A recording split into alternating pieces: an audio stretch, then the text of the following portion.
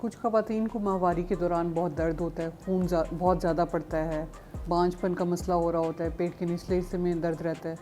ऐसी सूरत में जब वो जाके अल्ट्रासाउंड कराती हैं तो एक लफ्ज़ लिखा होता है एडिनोमायोसिस।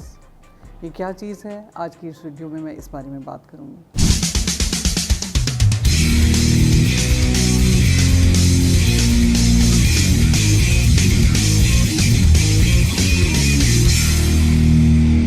अस्सलाम वालेकुम, मेरा नाम डॉक्टर सबाहत खान है। मैं डॉक्टर्स हॉस्पिटल और उमर हॉस्पिटल जोहर टाउन में as consultant gynaecologist and IVF specialist practice करती हूँ।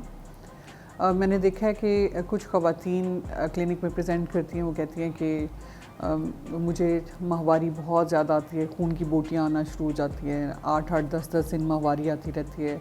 जब माहवारी आती है तो उस दौरान मुझे बहुत ज़्यादा दर्द होता है, उठना मुश्किल होता है, कमर में दर्द होता है। माहवारी के अलावा भी पूरा महीना मुझे पेट के निचले हिस्से में दर्द होता है। कुछ ख़वातीन प्रेजेंट करती हैं कि उनको हमल नहीं हो रहा और हैवी ब्लीडिंग भी साथ होती है। मियाँ से जब मिलती हैं उस दौरान भी दर्द होता है। तो इसकी वजह क्या है? तो देखें, आपकी बच्चेदानी आपके जिस्म में होती है जिसका साइज़ आम तौर पे एक छोटी नाशपाती जितना होता है।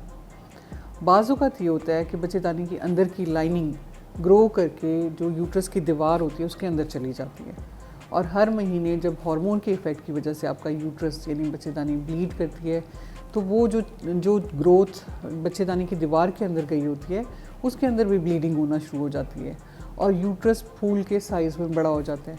यानी वो बच्चेदानी जिसका साइज़ एक छोटी नाशपाती जितना था वो फूल के खरबूजे जितने साइज़ का हो जाता है। जब इतने बड़े साइज़ का हो जाता है, डिस्टेंड होता है, तो उसकी वजह से दर्द होना शुरू हो जाता है। यूट्रस का साइज़ बढ़ने की वजह से खून ज़्यादा आना शुरू हो जाता है, खून की बोटियाँ आती हैं। खून की कमी होने की वजह से ख़वातीन में थकावट होती है, सुस्ती होती है, कमज़ोरी फील करती हैं, नकाहत होती है, कोई काम नहीं कर सकती। बाज़ लोगों को इतनी ज़्यादा खून की कमी हो जाती है कि उनका सांस फूलना शुरू हो जाता है। इसके अलावा उनको दर्द बहुत ज़्यादा होता है क्योंकि हर महीने जब उनकी बच्चेदानी फूलती है तो स्ट्रेच की वजह से उनको बहुत ज़्यादा पेन होता है। बाज़ ख़वातीन को अज़दवाजी ताल्लुक़ कायम करते हुए भी पेन होता है। आमतौर पे ये मसला उन ख़वातीन को में देखा गया है जिनकी एज तकरीबन 40 से 45 साल के अराउंड है। कुछ ख़वातीन जिनके बच्चे एटलीस्ट 1 दफ़ा 2 दफ़ा 3 दफ़ा उन्होंने बच्चे पैदा किए हों, ऐसी ख़वातीन में ये कॉमन है। लेकिन कुछ ऐसी ख़वातीन में भी देखी गई है कि जिनके बच्चे ना हों और इस प्रॉब्लम की वजह से उनकी प्रेगनेंसी नहीं हो रही होती, यानी हमल ठहरता है लेकिन वो अटैच नहीं होता क्योंकि बच्चेदानी की दीवार के अंदर ये प्रॉब्लम होता है और इनफर्टिलिटी का ऐसी ख़वातीन इशू फेस कर रही होती हैं। जब ये प्रॉब्लम पेशेंट्स को होता है और वो हमारे पास आते हैं तो उनके कुछ टेस्ट कराए जाते हैं, जिसमें क्योंकि ब्लीडिंग उनको ज़्यादा हो रही होती है तो हम कुछ खून के टेस्ट कराते हैं देखने के लिए कि खून की कितनी कमी हो गई है। उनके कुछ हार्मोन्स के टेस्ट कराए जाते हैं, उनका अल्ट्रासाउंड कराया जाता है। तो अल्ट्रासाउंड पे देखा जाता है कि यूट्रस का साइज़ बढ़ा हुआ है, एक खरबूजे के साइज़ का, यानी यूट्रस जो छोटा सा होना था वो साइज़ में बढ़ गया है। और इसके अलावा एडिनोमायोसिस के कुछ स्पेसिफिक फीचर्स होते हैं जो अल्ट्रासाउंड पे नज़र आते हैं।